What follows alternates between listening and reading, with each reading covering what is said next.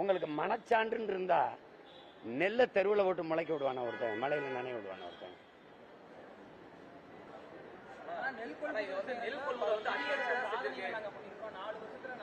அதாங்க சாதனை, தெருவில் போட்டு முளைக்க வைக்கிறது தானே சாதனை. இந்த நெல்லை ஏன் நான் விளைய வச்சதை தெருவில் போட்டு ஆந்திராவில இருந்து இதுக்கு நீ அரிசி வாங்கி தர? இப்ப ஆந்திராவில இருந்து பொங்கலுக்கு இதுக்கு தீபாவளிக்கு நீ அரிசி வாங்குறீங்களா இல்லையா?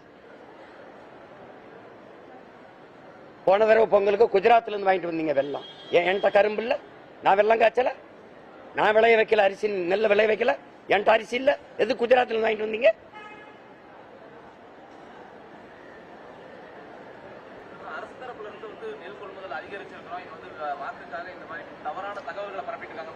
ஏங்க அப்பயா நீங்க இந்த கேள்வியை எழுப்புனீங்க? கொள்முதல் செய்யல, தெருவில் கிடக்கு, நாசமாக தெரிஞ்சான கேள்வி கேட்கிறீங்க. அப்புறம் என்ன இப்படி இருக்கு? அரசு அப்படித்தாங்க சொல்லும். நீ கொள்முதல் செஞ்சு பாதுகாப்பா குடவுண்டுக்குள்ள நீ வச்சிருந்த கிடங்குல சேமிச்சிருந்தா எதுக்கு வீதியில கிடக்குது? எப்படி? அவ்வளவுதாங்க. அதுக்கு மக்களின் நலனை பற்றி கவலை என்ன இருக்குது?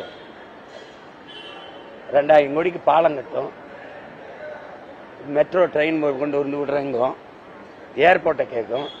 நாங்க இந்த இவ்வளவு பெரிய ஏர்போர்ட் கேட்டோமா?